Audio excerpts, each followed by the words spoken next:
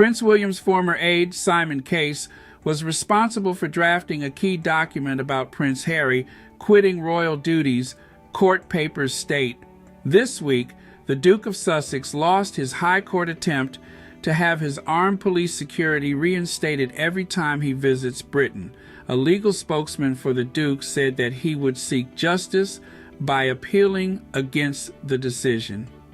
A 51-page judgment in the case revealed how the details of the Sussex's departure from royal duties were reached. On January 8, 2020, after spending time in Canada, Harry and Meghan announced that they were stepping back from official royal duties.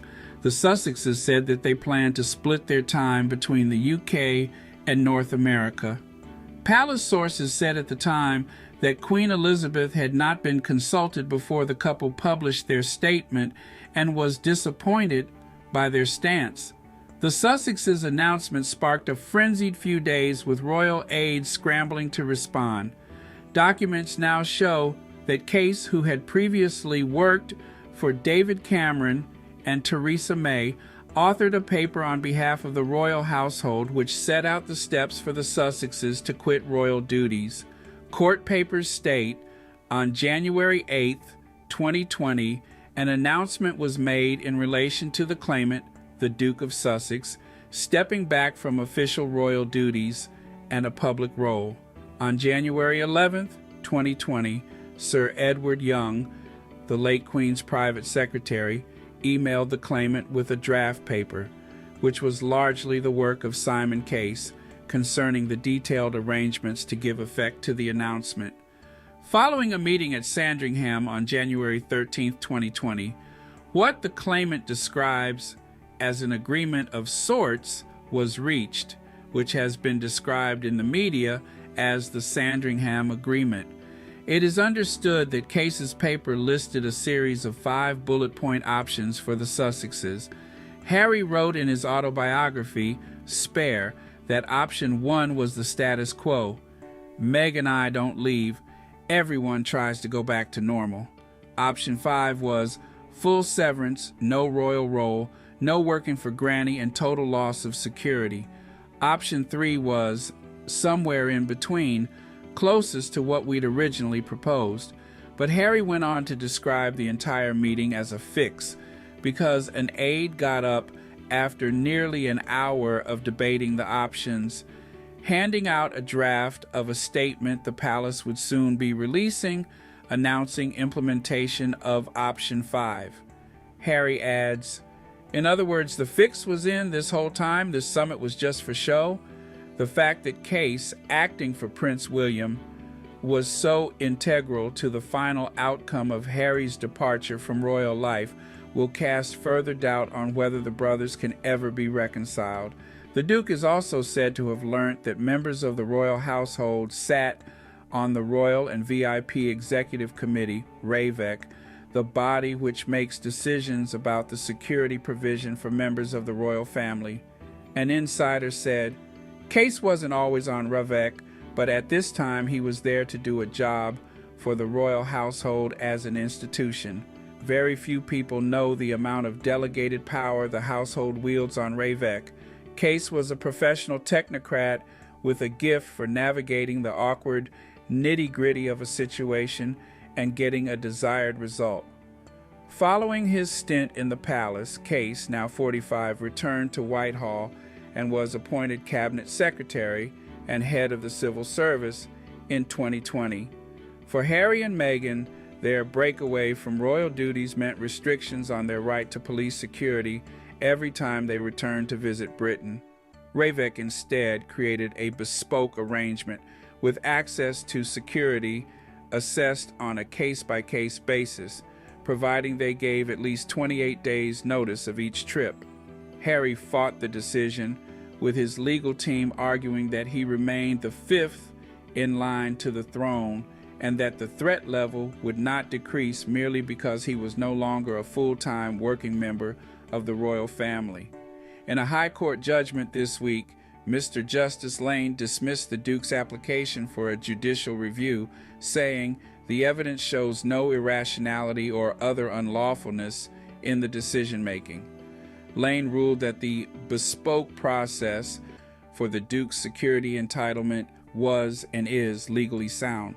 A legal spokesman for the Duke said that he would appeal against the decision.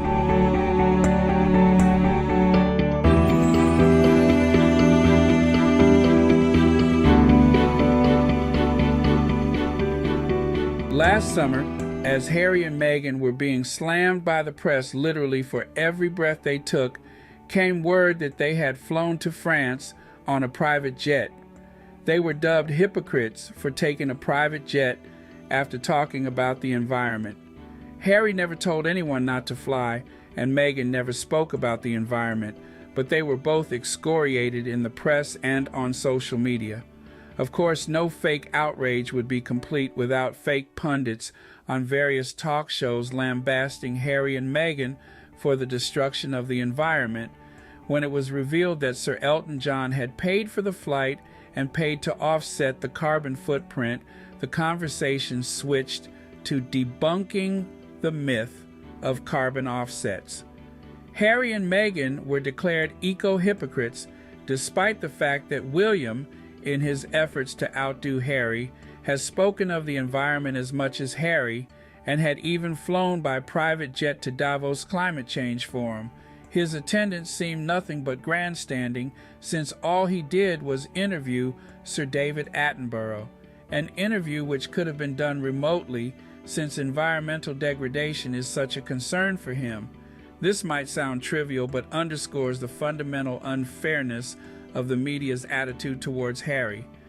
There is no shortage of perceived hypocrisy if one is determined to find it. But I guess it depends on where said hypocrisy needs to be found. There was also the fact that William and his family had only just returned from their vacation on an exclusive private island, accessible only by private jet.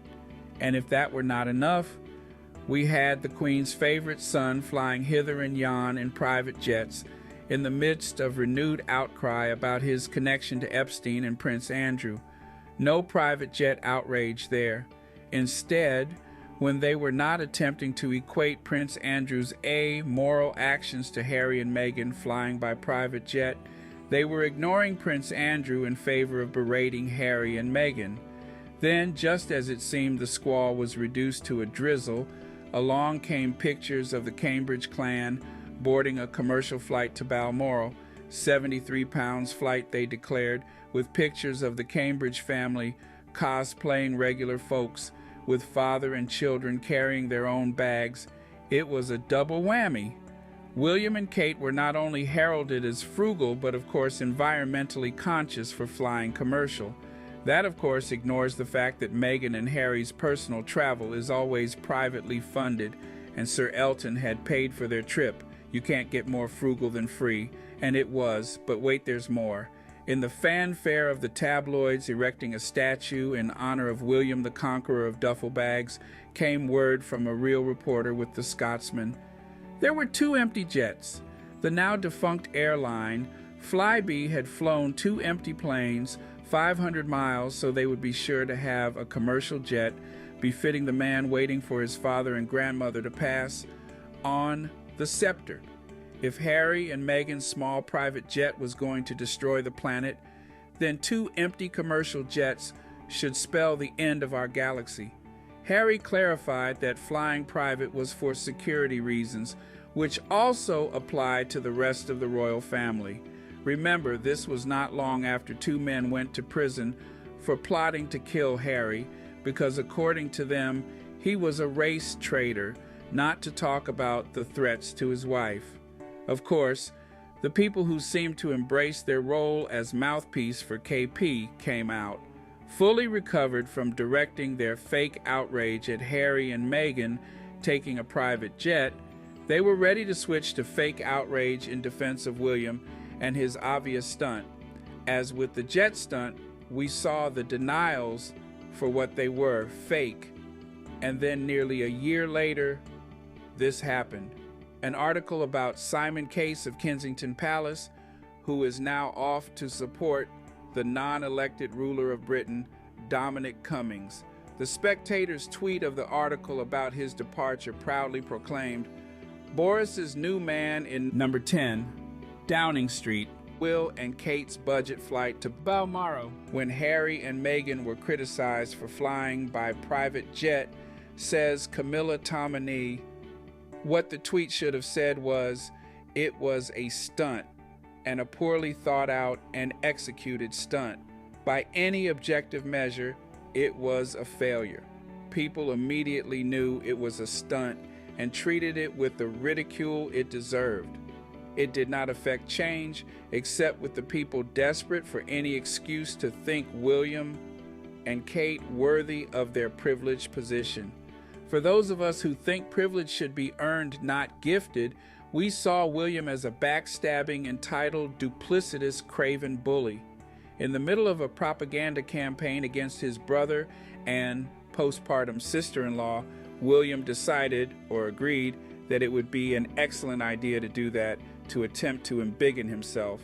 If, as KP's press minions originally claimed, the flight had been arranged months in advance, why did Fly B have to scramble moving empty jets hundreds of miles at the last minute to position a Fly B branded plane on a route that was operated by their code-share partner Logan Air, Eastern Airways, in order to maximize press coverage for the airline? Was there a prior expectation that their royal passengers will be pictured on the flight and hence the need to maximize press coverage? Had the flights been arranged far in advance, as the press mouthpieces insisted it was, the airline could have positioned the planes without costing themselves money by way of 2 empty flights. And why is Camilla Tominey now making special mention of Case's role in that fiasco? Was he, in his role, KP's reservation specialist? If not normally, why did he take interest in that particular flight? We do know that the flight's arrangements were made on the eve of their departure, per the Scotsman, a flight that was obviously positioned to portray William and Kate as better and more responsible than Harry and Meghan. And why are we now receiving confirmation of what we suspected from the beginning? Is it a coincidence that revised versions of old rumors, Tightsgate, private jet, KP leak, are being trotted out now? Revisions we suspect are closer to, but still not the truth. All these revisions still manage to position William and Kate as the victims. Apparently, Kate was justified in claiming to have a temper tantrum because the bride got the final say for her own wedding party, or that the backstabbing of Harry and Meghan via media propaganda was engineered by someone else and William and Kate merely went along. I don't know why they think either proposition makes them look good. If Simon Case was the mastermind behind the media war waged by the future king against his brother and sister-in-law, then Mr. Case is an unfeeling, amoral manipulator.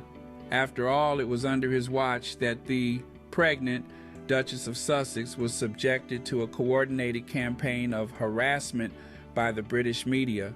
It was under his watch that Tim Shipman of the Times wrote in his famous article, "This sense of embattlement has been entrenched by William's decision to reach out to senior figures in the media as he prepares for kingship, and by the apparent decision of those same newspapers to side with the palace over Meghan and Harry by peddling the most negative coverage of the Duchess's relationship with her father, Thomas Markle.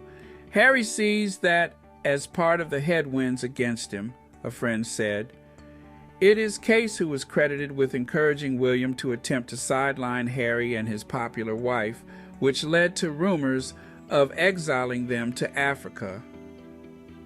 The Duke of Cambridge has been encouraged by his private secretary, Simon Case, who says he believed that a period of separation between the two brothers would help them to define themselves better and also improve relations between them. In some ways, it would suit William to get his brother out of the country for a few years and Meghan as far away as possible, said one friend of the brothers. Sending the couple to Canada was mooted, then booted. given that Meghan spent 7 years living there, and for some it was too close to the USA, and the inevitable tabloid magazine coverage that would ensue. Making Harry Governor General of Australia was discussed and dismissed. The problems were obvious. The trouble is that you effectively set them up as king and queen of a whole separate country, according to one source. And 24-hour media means that Australia is not as far away as it used to be. Here we are today. Harry and Meghan have stepped down as working royals and moved to the United States of America, home to the media capital of the world. The public knew the economy plane trip was a stunt. We knew the leaks were coming from inside the palace. No one but trolls believed the tights, or is it skirt length, story. William will be remembered as a twat who on a state visit told the world that the media was hyping up COVID-19, even though at the time hundreds were dying daily. Yet the apparent architect of the cluster expletive, Simon Case, is credited with turning William into a statesman, yes, and it was his success at KP that led Britain's bumbling prime minister to invite him back to number 10 Downing Street. As it were, the latest Spectator article only seeks to confirm what every rational and logically thinking person suspected was a calculated move by William's court to hurt his brother. One has to wonder when all these facts became known to Camilla Tominey. Also, is she the only reporter who is privy to these facts? Why were some in the royal rota adamant that flight arrangements were made far in advance? Did they question the seeming improbable coincidence